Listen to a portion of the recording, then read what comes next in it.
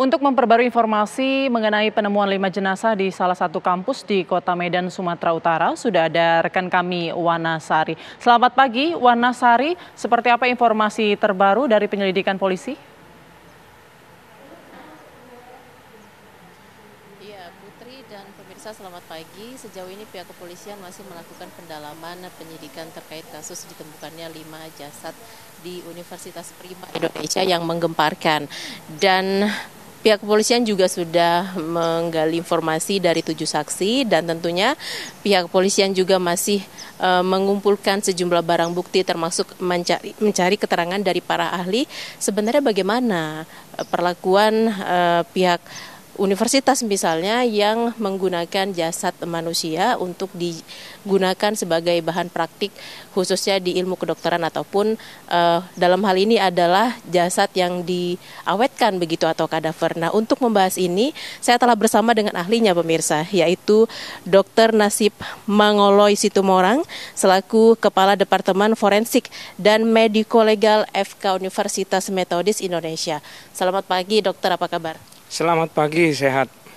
Dok, yang menjadi pertanyaan bagi kita semua adalah terkait di Universitas Prima Indonesia bahwa ada jasad yang ditemukan di dalam sebuah bak gitu. Nah, seharusnya bagaimanakah ketentuan yang harus diikuti oleh kampus yang memiliki jurusan kedokteran dan memberlakukan praktik anatomi ataupun dengan menggunakan kadaver jasad manusia sebagai alatnya, perlakuannya harus seperti apa dok secara aturan? Ya, terima kasih. Terkait dengan jenazah yang mau dipergunakan untuk bedah mayat anatomis istilahnya, itu diatur oleh undang-undang di PP tahun nomor 18 tahun 81 dan di PP nomor 53 tahun 2021. Nah, itu juga dikeluarkan Permenkes juga tentang pengaturan tentang hal itu. Nah, yang pertama sekali jenazah itu memang yang bisa dipergunakan untuk bedah mayat anatomis itu, yang pertama harus dipastikan bahwa jenazah itu tidak ada pidana. Sedikit saja ada pidana ditemukan oleh dokter ataupun yang mau melakukan praktek itu, bedah mayat anatomis itu, maka itu harus dilaporkan kepada pihak kepolisian. Maka harus bisa dipastikan bahwa memang jenazah itu tidak ada unsur pidana. Lalu yang kedua adalah harusnya ada yang menyerahkan dan jenazah itu memang bersedia untuk dilakukan praktek anatomis. Kalau jenazah itu memang orang yang dikenal, maka harusnya ada surat persetujuan dari keluarga ataupun orang kerabat ataupun teman yang bertanggung jawab terhadap jenazah itu. Tapi kalau jenazah itu Mr. X atau yang tidak dikenal, maka harus ada surat yang menyatakan memang betul-betul jenazah itu tidak dikenal. Maka itulah yang bisa dipergunakan untuk bahan kadaver, praktek bedah mayat anatomis. Nah, kalaupun jenazah ini sudah diberikan kepada pihak yang bisa melaksanakannya, menurut peraturannya yang bisa melakukan praktek bedah mayat anatomis itu adalah institusi yang memiliki pendidikan kedokteran. Nah, tapi di pasal 133 KUHP pun dikatakan bahwa jenazah itu pun harus dipergunakan penuh dengan penghormatan. Nah, selayaknya harus layak dibuat dalam menghormati jenazah itu juga. Tidak sembarangan tempat ataupun tidak sembarangan dibiarkan seperti itu saja. Kalau memang betul-betul untuk di kedokteran, maka dia harus ditempatkan ya harusnya di laboratorium bedah mayat anatomis itu.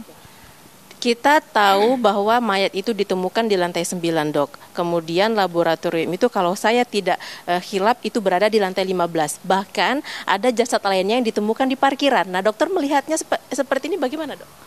Nah, ini sepertinya tidak lazim, ya, tidak lazim. Karena kalau dia di laboratoriumnya lantai 15, maka seharusnya jenazah itu dekat dengan laboratorium. Kenapa harus dekat dengan laboratorium? Karena jenazah itu harus ditenggelamkan di dalam bak formalin. Dan bak formalin itu pun harus tertutup rapat. Karena formalin itu akan menguap. Ketika jenazah itu nanti mau diperlukan untuk dilakukan praktek bedah mayat anatomis, ya jenazah itu harus di laboratorium anatomisnya. Nah, kalau laboratoriumnya di lantai 15, sementara jenazahnya di lantai 9 ataupun di parkiran. Nah, jenazah kan harus dikeluarkan. dikeluarkan dan dimasukkan ke dalam meja untuk periksanya. Nah, itu dari lantai 9 ke lantai 15 bagaimana mau jenazah dibawa, itu yang pertama. Yang kedua, kalaupun dia dibawa, maka akan tercium bau formalin lah sekitarnya. Karena formalin itu sangat menyengat. Itu sangat menyengat dan akan mempengaruhi semua lingkungannya, seperti itu. Nah, kalau itu dibawa ke lantai 15 ya, itu akan mempengaruhi di sekitarnya dan itu bisa membuat orang menjadi sakit loh. Kalau formalin itu dia akan bisa membuat hidungnya nanti akan menjadi perih, air matanya akan keluar. Nah, itu bisa menyebabkan hal itu. Maka kalau saya lihat dikatakan di sini lantai 9, ya berarti kan jenazah itu tidak dilakukan dengan penuh penghormatan di situ. Jadi itulah yang harus. Nah, kalau memang dipergunakan itu untuk kedokteran, maka harus perlu betul-betul jenazah itu dilakukan penuh dengan penghormatan. Itu yang harus dijaga dari kampus itu. Karena memang jenazah ini manusia yang harus memang betul-betul. Jangankan yang lagi utuh, yang tinggal terangkat atau bagian tubuh manusia itu sendiri pun kita harus betul-betul menjaganya utuh dan melakukan seperti layaknya manusia. Dok, adakah jangka waktu tertentu untuk jasad yang diawetkan kemudian digunakan sebagai bahan praktik, misalnya hanya bisa digunakan dalam kurun waktu 1 tahun, 2 tahun, atau bahkan 10 tahun gitu, Dok? Di dalam peraturannya itu tidak ada jangka waktunya, tapi jenazah itu kan nantinya hari ini praktek, contoh kita bilang hari ini praktek tentang jantung, dia buka jantung.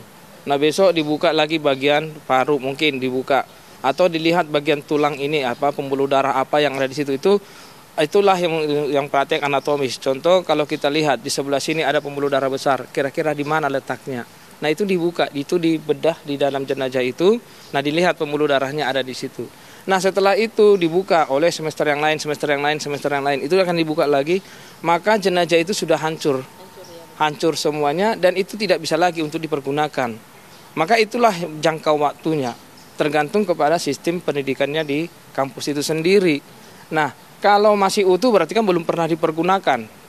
Kalau sudah dibelah-belah seperti itu, saya dulu waktu di kedokteran itu, ya banyak jenazah itu sudah dibuka, kulitnya sudah terkelupas, dia harus kita insisi iris pelan-pelan untuk mendapatkan otot atau pembuluh darah atau fascia atau jaringan lemak atau apa yang ada di situ.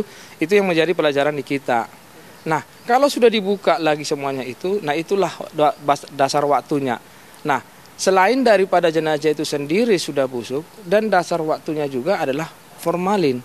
Di bak formalin itu tidak selamanya dia bisa seperti itu.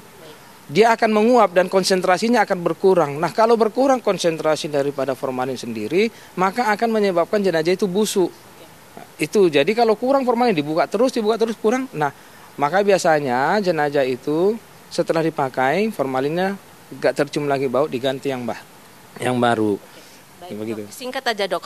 Kalau pihak kampus tidak mempergunakan jenazah itu lagi untuk bahan alat praktik, harusnya di seperti apa, Dok, dilakukan? Kalau tidak dipergunakan lagi sebagai bahan praktik, dia harus dikebumikan. Baik. Harus dikebumikan di tempat pengkebumian yang sudah disediakan oleh pemerintah, pengkebumian Mr. X. Dan itu harus sesuai dengan aturan dan peraturannya. Baik. Terima kasih Dr. Nasif atas waktunya. Ya, pemirsa, dari keterangan Dr. Nasif ini ahli forensik, kita sama-sama dapat mendapat gambaran bahwa bagaimana harusnya pihak kampus, terutama Universitas Prima Indonesia, memperlakukan jenazah yang digunakan sebagai bahan praktik bagi mahasiswa kedokteran di kampus tersebut. Putri.